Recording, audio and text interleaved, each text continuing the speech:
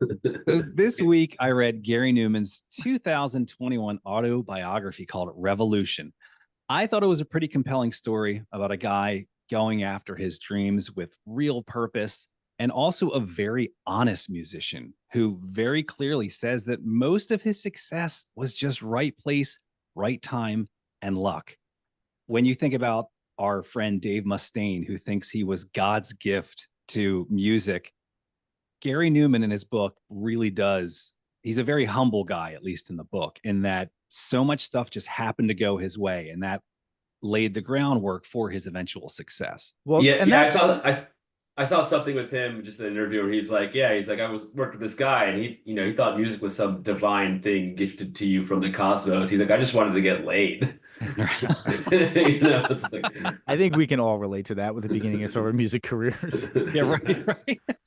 But it's interesting to hear you say that he gives a lot of credit to right place, right time, because this music sounds dated, clearly. It's at the time where synthesizers and like the Moog synthesizer was sort of coming into use in popular music. And I was curious as to whether or not he was a product of the time, that other people were doing it and he started doing it as well and just did it in a more compelling way, or if he was really one of the people that put that synthesizer sound at the forefront of popular music and therefore was responsible for most of the 80s, because this does sound like the 80s. It comes out in Sure. 1979, but it sounds very 80s. but it's not like the digital synths that you heard in the 80s. It's still analog, which is being used by Pink Floyd and made famous Sure. by Pink Floyd. The Moogs, the synthesizers, are all analog. So Yeah, but it is. Go ahead. well, I was just saying this is the time where that ceased being used as like an accoutrement to the song and became the core of the song. The Like, driving yeah, factor. this is Right. what the Right. song Okay. is about. The song is about this sound and not I have a rock band and I'm going to throw some cool weird sounds in the background or something like that. So I was curious as to whether or not he was partly responsible for that. He And is Well, he's considered by the people in the electro pop culture, at least within the UK, as one of the holy trinity of synth pop. The others being the Orchestral Maneuvers in the Dark and a band called Human League. And mm, Gary Newman is thrown right in there as, again, kind of kicking off the new wave sound and bucking the punk sound, which he thought was on the way out and which truly was on the way out. And so I think, again, he just happened to play the timing right, that in the UK, there was a shift away from this grungy guitar driven punk sound into this new thing. well, Human you League kind of is Don't You Want Me? Is that their big hit? Don't you want me, baby? Is that Who Human was that? League? Is that Human Oh, League? yes. Yeah, I think it was. Yeah, yeah, yeah. Okay. Actually, let me double check that before I super agree with you. yeah, you can Yeah. almost Yeah. hear that. You can almost Yeah, hear don't you want like me? Yep. you can almost hear like take away the punk straightforward guitars and add in a bunch of synths, and it's kind of like transitions in a way that makes sense. Yeah. It's simple. It's Like kind punk of like songs are punk simple. vocals. Yeah, Yeah. yeah. The vocals are kind of like punk Yeah. vocals. Well, because we had referenced previously, I believe it was on the Thriller episode, talking about John Anderson and Vangelis. Oh yeah, Uh, Vangelis. Yeah, yeah. yeah, doing Yeah, basically the bass line for Billie Jean coming from one of their songs where they were getting really into synth exploration. yeah, And yeah. this is certainly not, yes, inspired music. It's not Right. lots of Yeah. complex changes and we Yep. have to be totally super musical. It is, again, very, very, and I think maybe too simple concepts for songs that are very layered with synth, but very much like punk. They're like three chords. If you play more than three chords, you're doing too much. And Right. sometimes he's like, three chords is too much. Let's just do two. Let's just keep it down to Yeah, two. yeah. All right, so let's dive into his life a little bit. Gary Anthony James Webb was born in Hammersmith Hospital in London on March 8th, 1958. Now, this is not one of those hard scrabble, come from nothing stories. In fact, Gary grew up quite comfortably. His mother, Beryl, was a dressmaker, and she had him when she was 20. Yes, her name was Beryl, Barrel. not B A Again, R a R E. dressmaker. Can we have Yes, yes. more Yeah. Be British. that background. My dad was a scrivener. Right. Right. His father, Tony, had a bunch of different jobs. He was a paint sprayer, a merchant seaman, worked in the national service with the British Army, drove buses at Heathrow Airport, and eventually became Gary's manager later on in his career. And unlike so many of our stories where the parents are monsters and the kids become stars in spite of them, Gary's parents were wonderful people, wonderful parents. They encouraged him at every step in his life, constantly reassuring him that he could do whatever he wanted to do. And they also funded a decent amount of his music career, buying him PA, paying for studio time, that type of stuff that we'll see in not. Sorry. I was gonna say you can't really be hard Scrabble and also on the cutting edge of new synthesizer technology because that is not cheap. That's not. I Oh, picked yeah. up a guitar for 12 pounds from the Right. local pawn shop or something. Exactly. Also, you can't have siblings. You need to be like alone in a room. Right. For Yeah. a long period of time. Yeah. So, right off the bat in the book, Gary makes sure to draw a hard line between being a perfectionist and being obsessive. He said, perfection is obviously being unsatisfied with anything less than perfection, but obsession is being unsatisfied with anything less than your own best. So, it sounds like he was holding himself to a pretty high, we'll say, obsessive standard once he gets moving in his career.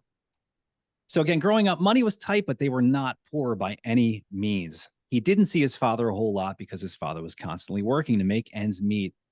And he recalls being really interested in mechanical things as a kid. And for one of his early birthdays, his father just took a piece of plywood and glued a bunch of knobs and buttons and sliders on it and just gave it to him and said it was his control panel.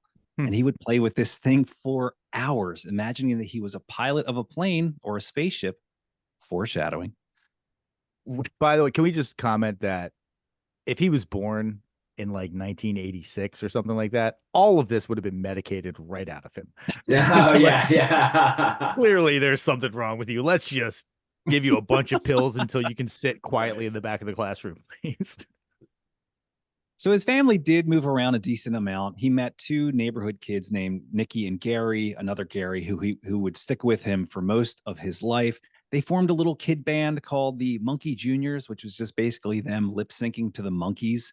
So maybe just like the Monkees, basically. Yes, exactly. Yes, exactly.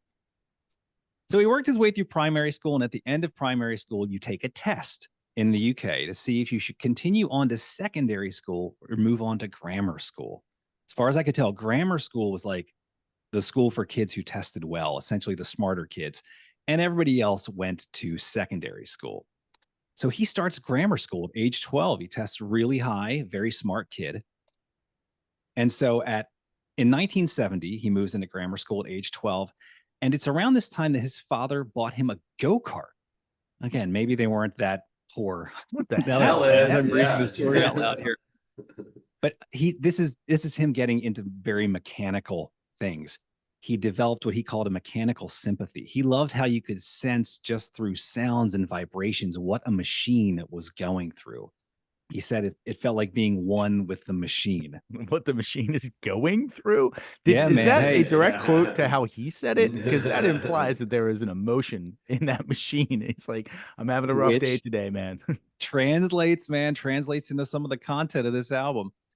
Now, his school was right next to Heathrow Airport, and he would just watch the planes take off and land all day. So no surprise, he was a very distracted kid and became very disruptive.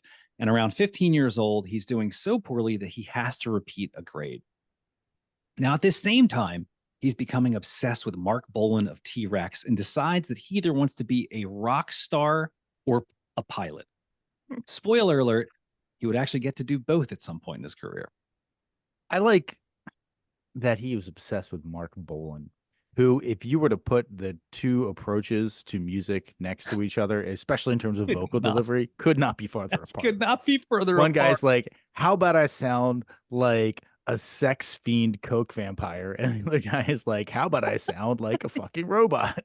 Right. But Mark Bolan has that image though, that pop star image, and that's half of what he had going on, in my opinion. Oh yeah. He saw the power in it and was really attracted to that.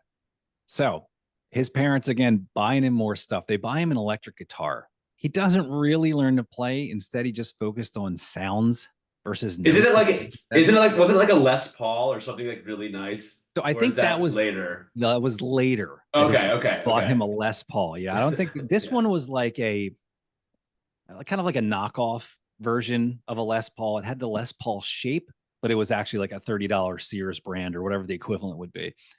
So he gets his first electric guitar. He starts dyeing his hair. He gets a spiky haircut like David Bowie. He wants that same gaunt, angular face that David Bowie's got from his all milk and hot pepper diet phase. And that cocaine. German album. You cannot Yes. leave out Oh, the yeah. cocaine. Yeah, so you get the gaunt look. Yeah. This is a key piece of his diet that I missed. So he gets his ear pierced and unknowingly gets his right ear pierced. For young people who might not know, that was a big deal in the 80s. If you got the wrong ear pierced, it meant you were gay. Now, he insists that it was just an accident. He was only 15 or 16. He doesn't really dive much into his sexuality in the book. He just insists that he didn't know what he was doing. And the person who gave it to him just said, give me your right ear. From this album, he seems asexual. This album is completely not sexual at all. It's very androgynous was something that I saw a lot in his stage show, in his performance, in his delivery. Everything was very much, he's a machine. Yeah. So he got punished a lot for sucking in sucking school. What? You're talking about no sexuality, Adam. So he got punished a lot for basically sucking at school. I'm going to cut that out. He got punished a lot for doing terribly in school. But his parents never shot down his pop star dreams. But his behavior is so bad that the school recommends he go sees a psychiatrist. So he goes to a psychiatrist, but that person said, you're so far into it that I can't help you. You need to go to a hospital in London for a psych eval with a child psychiatry department. And this is where the doctors mention Asperger's to his mother. Now, at this time, Asperger's was still kind of a loose definition. Same thing with autism. We're talking mid to late 70s. People weren't really sure what was going on. But his parents, like 12 years removed from like, well, I guess it's time for a lobotomy. Right. Yeah, Well, right. Yeah. Technology was. They did wind up pumping him full of drugs for a while, but his parents kind of ignored this Asperger's diagnosis because they thought it reflected on them. They were bad parents. Something they did caused this. So they never really addressed it. They put him on Valium for a year, but he turned into a zombie and hated it and got off of it. Now, he also, as he's discovering this diagnosis of Asperger's, he's also kind of realizing that it's a bit of a superpower for him because it helped him compartmentalize the misery and anguish of being a teenager. All the peer pressure, people making fun of him, being ostracized, he was able to kind of compartmentalize that and put it away so that it didn't affect him that much. Eventually it does affect him, but he said it helped him basically get through his teen years. You know, I will say, thank God for music, because being a teenager sucks, but having music as a teenager helped me a whole lot to channel the frustration with everyday life and your ability to not make friends or not be popular enough or not get girls or whatever, and also gave you sort of an identity. You could be the music guy.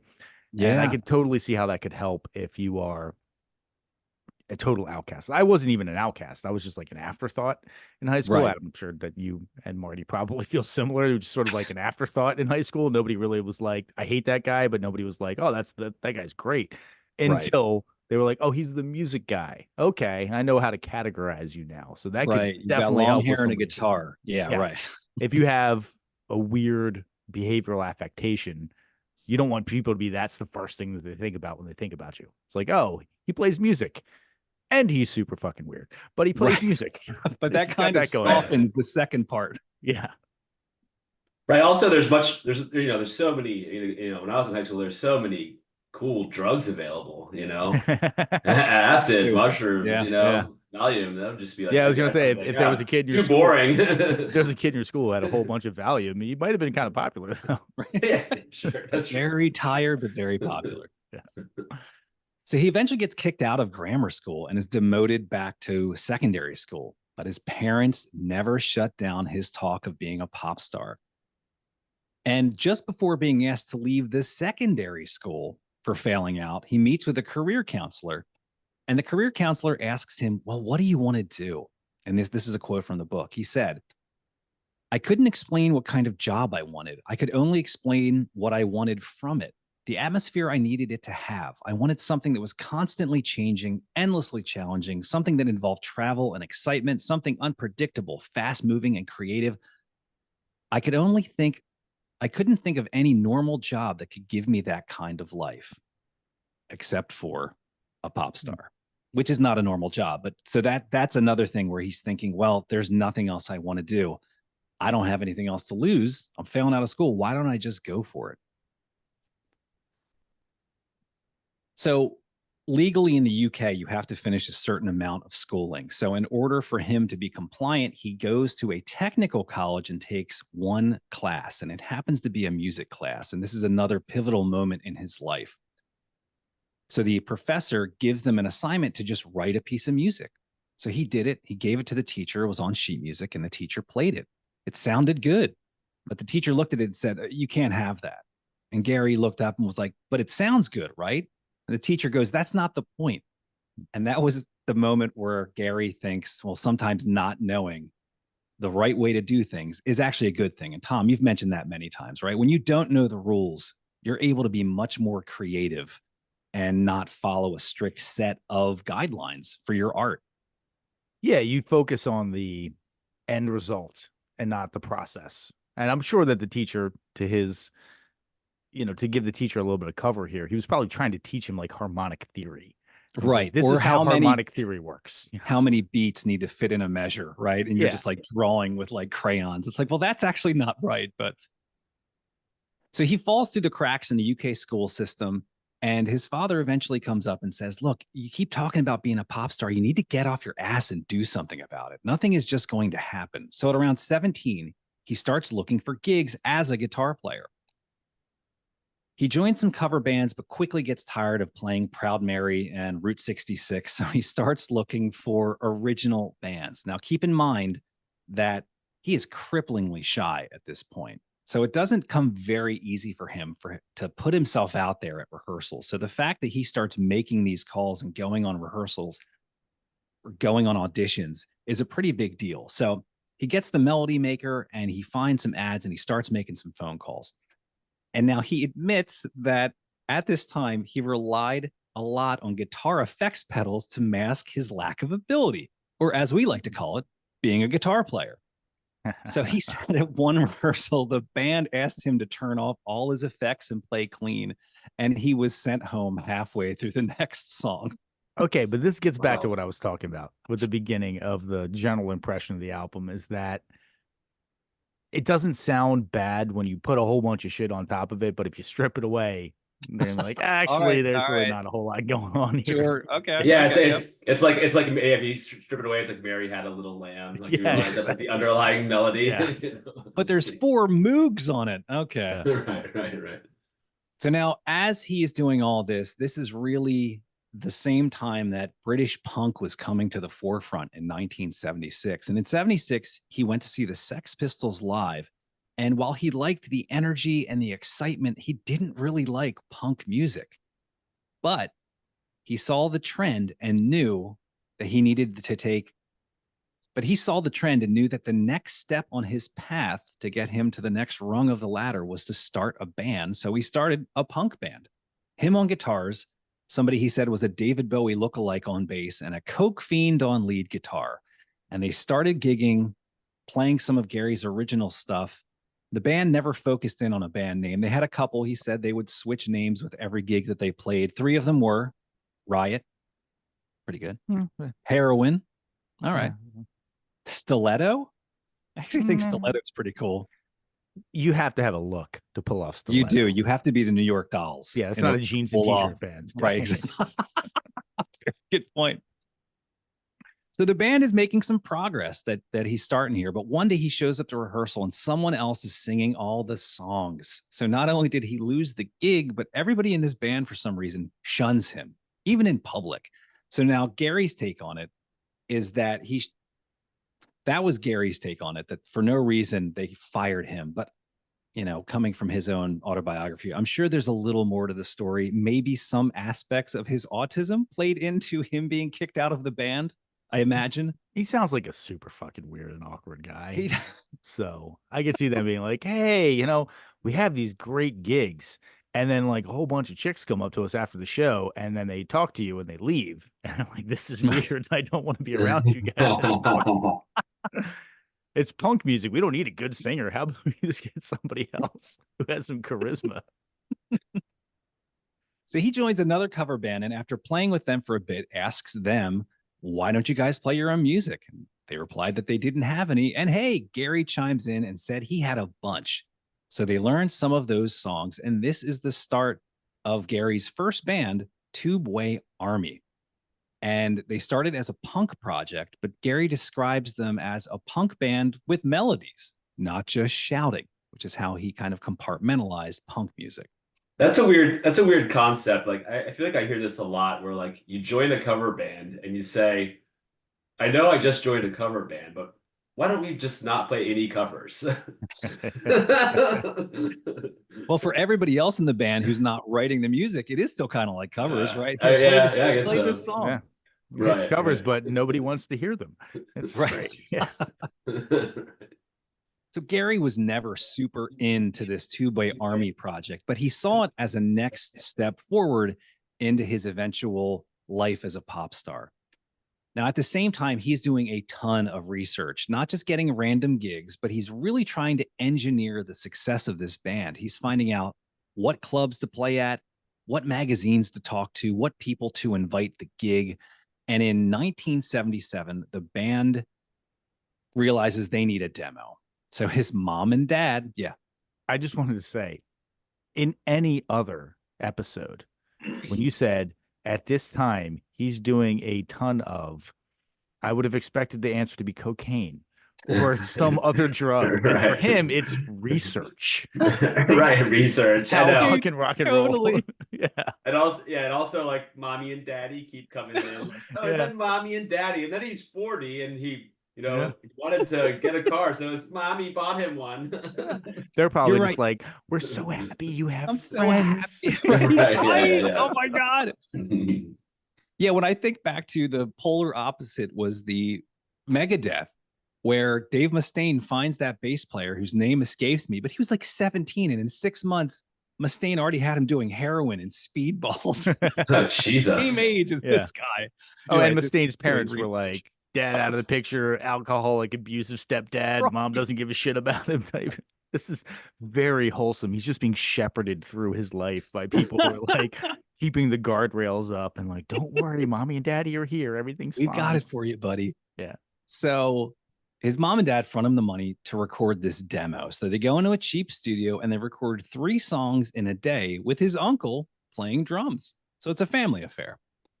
Now, His uncle couldn't have put the money up as an adult. Couldn't have put his the He's a, money uncle- up. he's a drummer. He's a drummer. Yeah. I was going to say his uncle's a musician, so he has no money. So with demo in hand, they started taking it around to different record labels, and that wasn't going well. He tells of one story where they had an A&R man literally throw their cassette out the door of his office and told him to F off. Now, the Tubeway Army bass player, a guy named Paul Gardner, was looking to score some cash. Again, any other episode, that sentence would have been was looking to score some blow. But I assume that you're about to say he sold all of the synths that Gary Newman had bought for heroin money. Well, well, Gary has no synths yet at this point. Okay. So this bass player goes to a record store to sell some of his old albums and tapes, and he just strikes up a conversation with the clerk who was at the store. The record store was called Beggar's Banquet, and the clerk said that the shop owners were starting their own label. And were looking for talent, and that he would pass their demo along. Big lucky strike number 1 right there. All right. So wait, is Beggar's Banquet, does that have anything to do with the Rolling Stones? don't they have an album called Beggar's Banquet? Is that, or is that like a Yeah. term? Is that a common term that comes from like the Bible or something? That's a good question. And the second thing is he Gary Newman at this point? He is not. He No, he's is. not. Okay, okay, He may still even be going. calling himself Valerian at this point. Okay, Yeah, but he is not Gary Newman quite yet. Sorry, I'm looking at gotcha. yeah. So restaurant. Yeah, I'm not sure. Hey, if you're Okay. in the UK, if Beggar's Banquet means something like a car wash, let me know in a note. It's probably named after the Stones album. Because that Yeah. came out in whatever '68, and then Oh, that's a good some point. other Yeah, company probably yeah. just named it after that.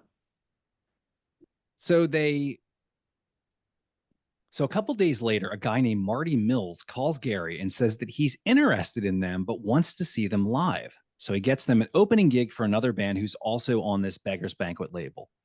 The gig goes well, but this is where Gary starts to talk about his near crippling anxiety before gigs.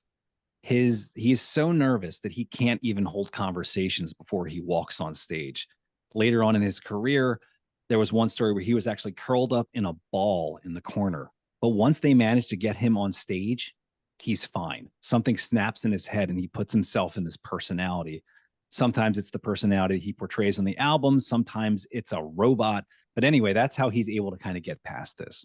We talked about this on the REM episode about how Michael Stipe talked about being painfully shy, but on stage, he's a different person. He's a character on stage. Like if you Right, can get right. me into character, I can perform.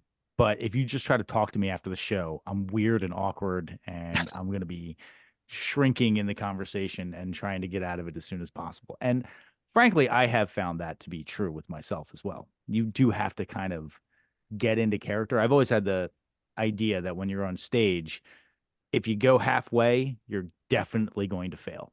Oh, If you yeah. go all Yep. the way, you might fail, but you also might succeed. But halfway is definitely going to fail. So you have to sort of Also, 2 drinks is a good enough Yes. before you get on the Yes. stage.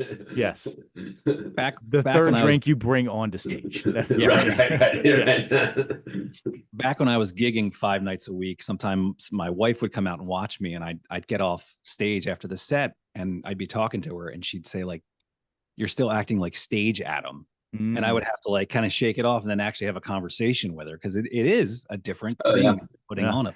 You mean you went over to her after wading through the sea of ladies that were Yeah, trying to get yeah, laid, yeah. chucking them off as you're going? Yeah, autographing breasts.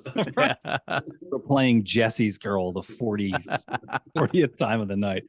All right, so the day after the gig, Marty Mills calls Gary up and says, "We want to sign you, but we're a new label and we don't have a ton of money." Gary tells Marty Mills, "Look, we don't need money. We don't need PA. We don't need a van. All we need is to have this first single pressed." So they signed to Beggar's Banquet, who agreed to press this single. So they released a single called "That's Too Bad" in February of 1978. That song is very rock, kind of punk, straight ahead, loud guitars, sounds nothing like this album. But he was 19. He had a record deal. He had released his first single, which only sold 4,000 copies, but he's on his way. He has started his journey. So Gary convinces Beggar's Banquet to fund a second recording session. They agree. And this is the first time Gary has been in a legit professional studio. They get into the studio and they record a song called Bombers. And while in this quick session, this is where Gary insists that punk is dead and they need to move in a different direction. Can we just Now talk this- for a second about how amazing it is how fast punk died? Yo, How Like, faster, when did than, we fast, start? faster than jazz. I mean, it was like 3.5 years where you could get in and be cool. Yeah, and then after that, it was so passe. And oh my God, we've all moved on to different styles. I guess that's what happens when your musical genre is aimed specifically at the cutting edge new thing. And you can't be the cutting edge new thing for 15 years. You right, like gotta- nothing died faster than disco. Yeah. I don't know. Disco lasted for a bit. Yeah, I think disco lasted for longer than I punk thought- did. Yeah, disco definitely lasted longer than punk. Well, But that's disco for our next also, disco album. it started Right. out with like, hey, this is kind of cutting edge, and then it became so ubiquitous that it was, getting played by the moms in the minivans before Oof. minivans were invented, type of shit, The and then death it knell went, of cool music. yeah, it went real pop real fast and just got played on everywhere and was getting played in malls. Nobody was ever playing Sex Pistols songs over the PA in a mall or something like that. Yeah. It was always a little dangerous and out on the edge. So this single called Bombers doesn't sell very well, and the UK music press is destroying Tubeway Army. They're saying Gary is a dollar store Billy Idol impersonator, and one reviewer said of the single Bombers, quote, "Please give up gracefully, old chums. The market for this sort of heavyweight monotony has died. Never mind. You can sit and tell your grandchildren how you nearly made it." Ooh, Boosh. That's So cutting. good English snark Yeah. going on there. I like Yeah. it. It's like the Dowager chimed in on that one from Yeah, nobody does Downton pissy Abbey. and bitchy better than the English. I gotta say, I know. Good at it. I'll be enjoying my tea while you're on the road to nowhere. It's like- So Tubeway's first headlining gig after they released these two singles had 3 people in the crowd, and they were all from the record label. Now, they hadn't broken up yet, but the last gig they would ultimately play as a band, as Tubeway Army, was in July of 1978. But they head back into the studio to record a full-length album, and it is here that Gary walks into the studio and sees the Mini Moog. This is a life-changing event. He goes over and starts to play with it, and this is a very special moment for him. He talks about this moment in the book, like, I don't know, like he's seeing his kid for the first time. He said the second he played it, it was an exhilarating sonic assault on the ears, also potentially a review of this album. But up until that point, he had only ever associated synths with prog rock like ELP and Yes. But he started mucking around with it, and a light bulb went off in his brain within about 10 minutes of playing it that this was the direction he wanted to go. So as he's playing with it, he is mentally rearranging the songs they were going to record that day to figure out how to enhance and enrich it with synthesizer. At this And he point, he's does- still Valerian or whatever the hell. He's his still name is, right? Valerian at this Yeah. point, yes. So they do exactly that. So the first Tubeway album is loud, heavy guitars with synth added throughout, still a guitar album. And he never told the label about this new direction, and they are pissed when they hear it. However, they do wind up releasing it, and it does okay. It sold a couple thousand albums. And Gary thinks that he's the inventor of this new style of music. And it's not until he starts digging more that he realizes there are a lot of other bands who are doing this sound at the same time. British bands, like we mentioned, the Human League, Orchestral Maneuvers in the Dark, Fat Gadget, Daniel Miller, Ultravox, Kraftwerk. But after listening to those bands, he saw a distinction between them and him. He saw that electronica was trying to remove the humanity from music completely, whereas what he was doing was trying to amplify the human and emotional aspect. Again, that's what he said. I would think that there's a more drastic difference between those like Kraftwerk and this Gary Newman album is that Kraftwerk's songs are much more complex. Well, And I saw him talking about Kraftwerk, and he was saying that they were more obsessed with kind of automating music and having the instruments play the songs, where he wanted to play the instrument and have other members play it like it was a live, full collaborative sort of project. His words. yeah, I'm sure he said that. I don't think that that's the main distinction between those two bands. And he's probably right. I'm sure he's much more of a student of this type of music than I am. But I'm not a big Kraftwerk fan, but those songs sound more developed. Put together, yeah. Yeah. So as he is developing this love affair with the synthesizer, he said something that I thought was a good explanation of maybe how he approaches music and synth, which is sometimes one note is enough. Let the sound evolve. Let that be the drama. No need for 1,000 notes per second guitar solo. But his idea was that you hit a note on a piano, it's a note, great. Same thing with guitar. You can add some vibrato. But the idea of a synth, of being able to manipulate, evolve, transform the sound in real time while still playing one note, that's really where he felt he could express himself with it, was in the evolution of the sound that the synthesizer enabled. I think that's what makes it sound dated, because he's in love with the sound of synth in a way that I don't think a modern listener would be so in love with those sounds, because they've just been around for a long time. It doesn't sound new and it doesn't sound revolutionary. At the time, maybe it was new and revolutionary. It probably was more new and revolutionary to just give me one note and then fiddle a knob to change the, Sure. oh, it's going to sawtooth now or something like that. Mhm. It was new, probably, but again, I keep wanting to talk shit on this album. I keep going We'll through get your We'll get- background. I'm I will doing- sneak in my little I'm shit doing my talks as best we to go. convince you, Tom. So Beggar's Banquet agrees to fund a second album with Two Boy Army. And at this point, Gary is the main creative force behind the band. So they write, record, and release an album called Replicas. And it's kind of a sci-fi concept album. A lot of your standard sci-fi tropes of trusting robots to run society, but the robots realize that humans are the biggest threat, so they go and kill all humans. We've heard it a million times. I don't know if that was new back then. I feel like that's been around since the 20s. So they released the first single off this album. It's a song called Down in the Park. Terrible single to release as the first single off an album. Gary readily admits it. The song was bad. It's really downbeat, somber melody, over 4 minutes long. It gets 0 radio play, but it sold 10,000 copies. Now, 2 months later, Is that buckle all up. mom and dad, by the way? Just buying this copy? No, Yeah. that was Beggar's Banquet. Oh, I got you. Yep. Mom and dad buying 10,000 Yeah. copies. Yeah, yeah. You're And doing they said, great, Gary. It's okay. Yeah. Don't look in the basement. All right, so 2 months later, and we're going to buckle up for an insane meteoric rise.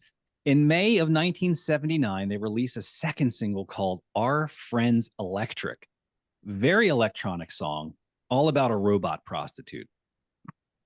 Now, unbeknownst to Gary, someone at the label decides to cut 20,000 copies of the single, but they did it on a picture disc, which was new tech at that point, imprinting an image on the vinyl itself.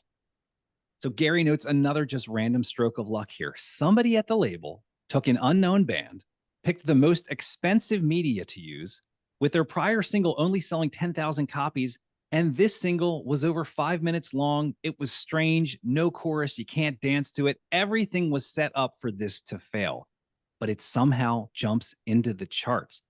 And they were generating enough buzz to get on the Old Grey Whistle test, which is a musical variety show in the UK. Now, they're freaking out. He can't believe it that they're going to be on this show where he's seen all of his heroes, Mark Bolan, playing on it. And he's suffering a lot of anxiety at that point. But he has a very specific idea of what he wants this to look like, with the lighting, the staging, how he was going to look.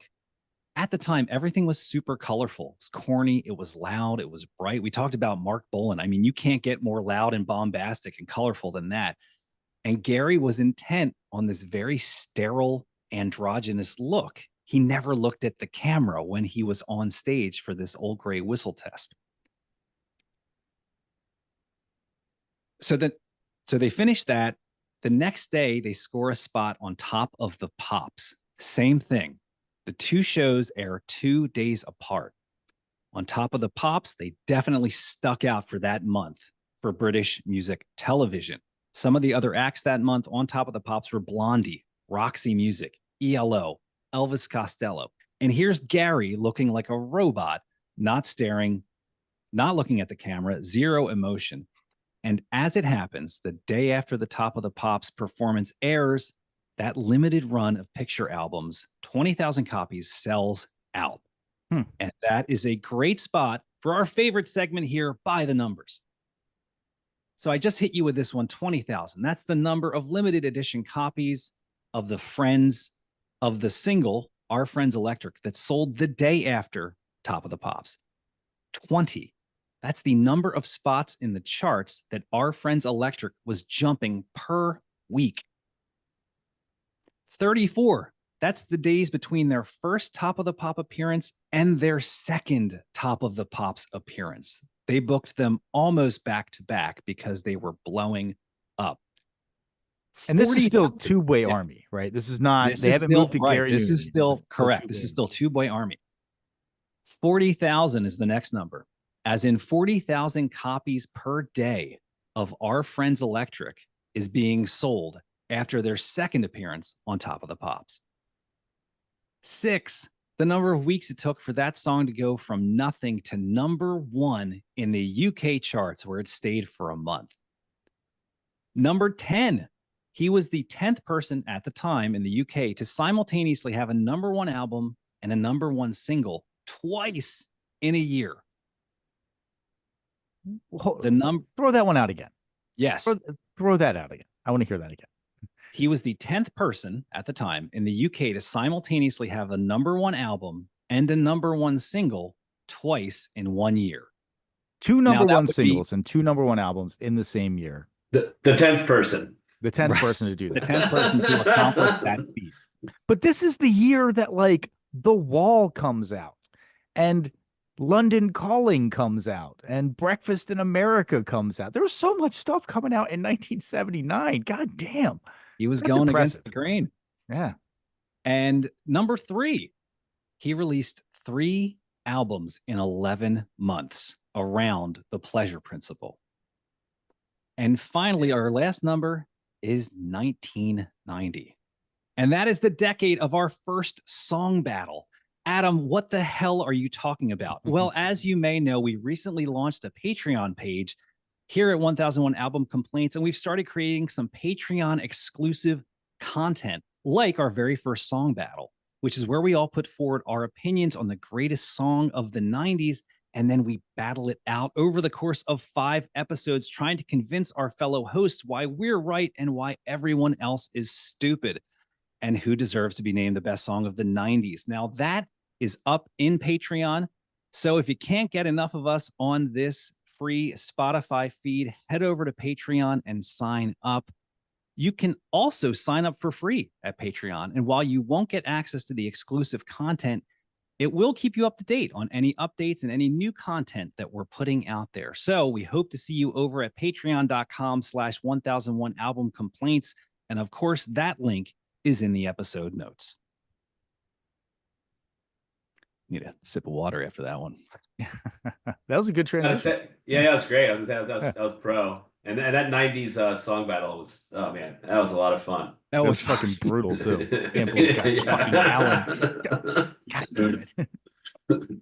All right, so let's get back into this album. When we last left Gary, he was taking over the world, and cue the hatred from all the other earlier electronic bands who think they should be at number 1.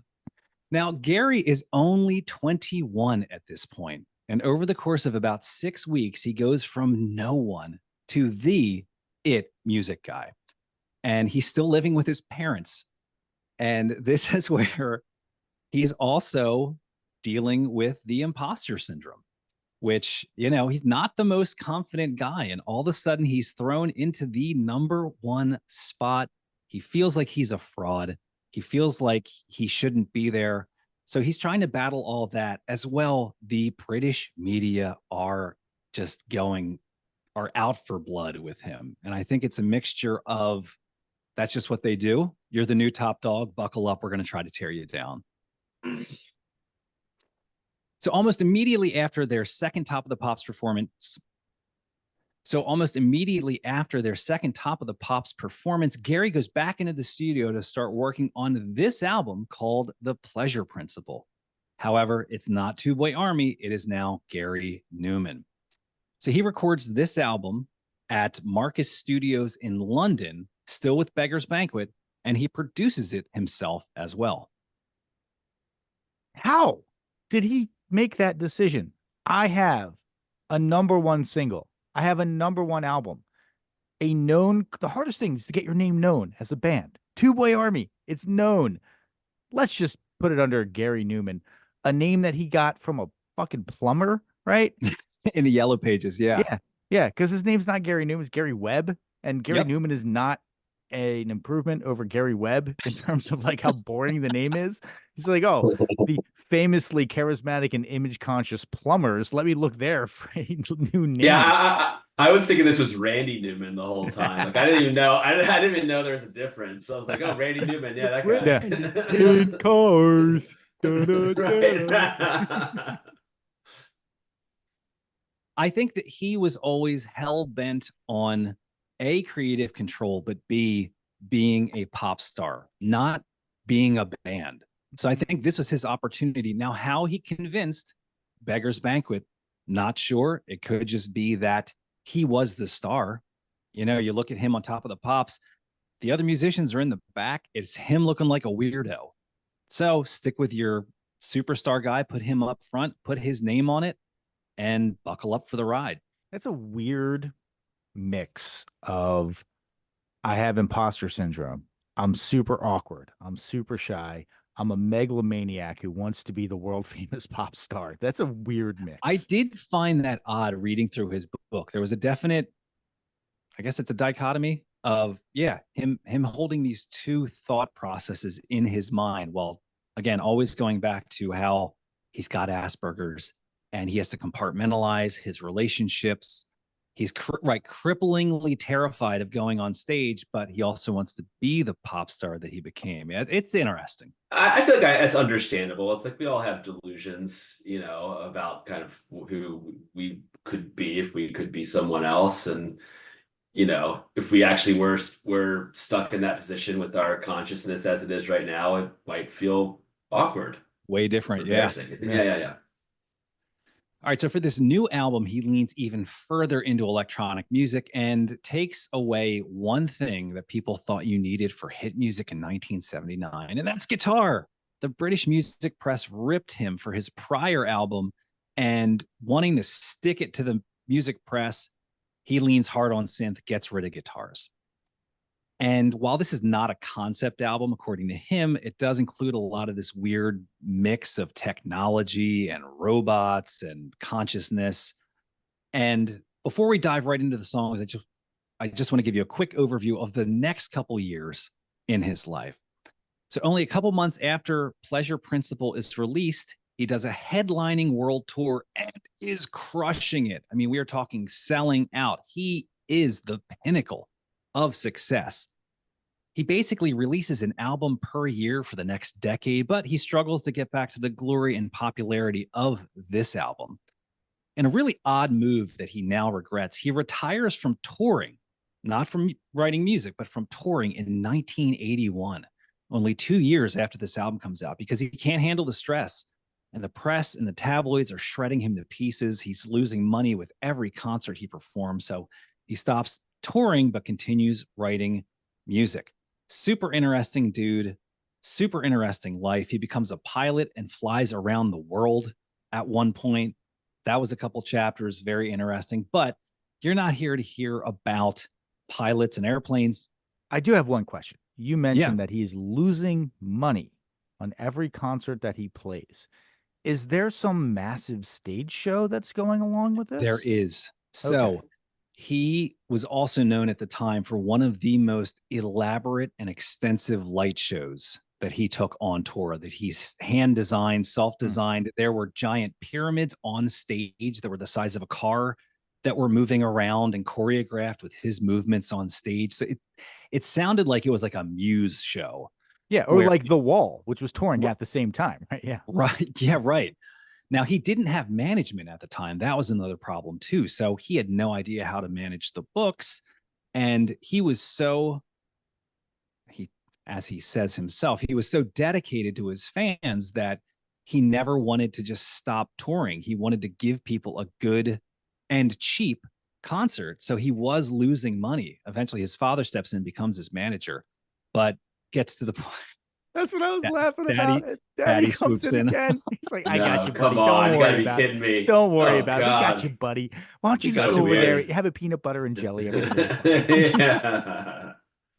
You can find there is some concert footage of him live in the late 70s, early 80s, and it's pretty badass for the time. I'll give him that.